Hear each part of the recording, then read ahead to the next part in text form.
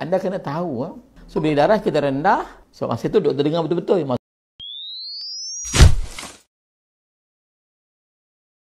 Anda kena tahu beberapa penyakit berbahaya yang boleh menyebabkan degupan jantung pada ibu hamil.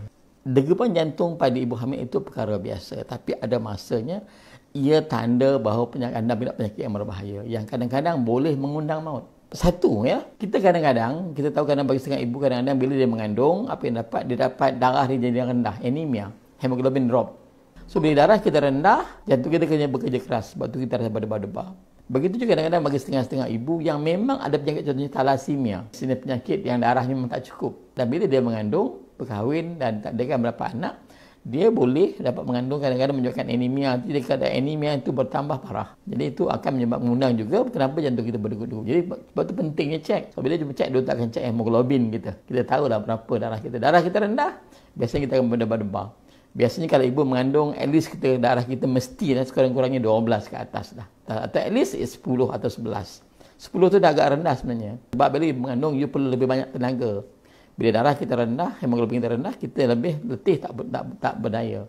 Kadang-kadang bagi setengah ibu mengandung, kadang-kadang dia ada masalah yang kita panggil penyakit thyroid problem. Thyrotoxicosis, bengkak di tengkuk. Tapi kadang-kadang berlaku pada ibu mengandung, kita tak perasan sebab badan dia bertambah. Bila dia mengandung, berat badan bertambah, air bercampur dalam badan. Jadi kadang-kadang kita tak nampak kita ni thyroid tu besar. Jadi kadang-kadang kita rasa macam okey. Tapi thyroid yang aktif boleh menyebabkan jantung kita berdebar-debar. Dan kadang-kadang juga menyebabkan kadang-kadang bagi ibu yang ada thyroid yang teruk, kadang-kadang sampai kita boleh nampak di mata. Penyakit thyroid yang clear kita akan nampak di mata. Kadang-kadang nampak dia tangannya menggetar, itu tanda thyroid. Kadang-kadang tengok di tengkuk. Tapi yang paling tepat, memang kita kena cek darah. Walaupun kadang-kadang kita nampak thyroid kita dah besar dah.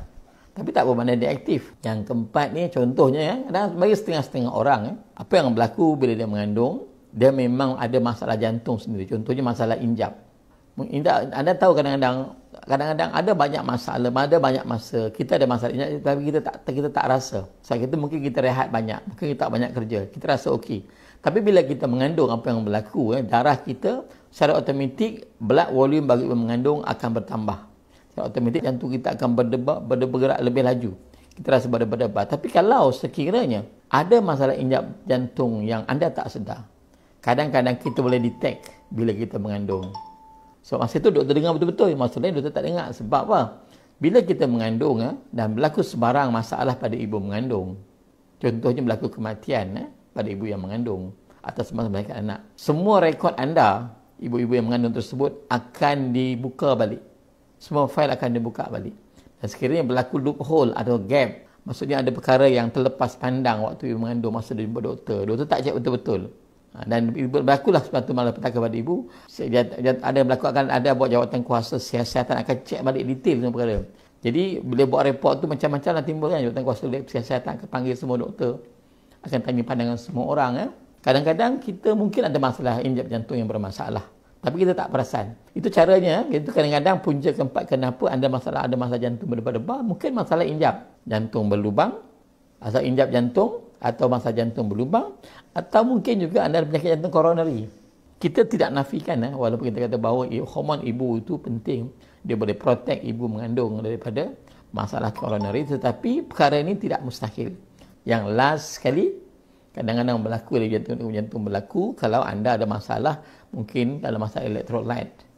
Mungkin dia tak cukup garam dalam badan dia, ataupun tak cukup kalsium, tak cukup magnesium. Itu beberapa electrolyte yang kadang-kadang boleh menyebabkan degupan jantung itu berlaku secara tak normal waktu ibu mengandung.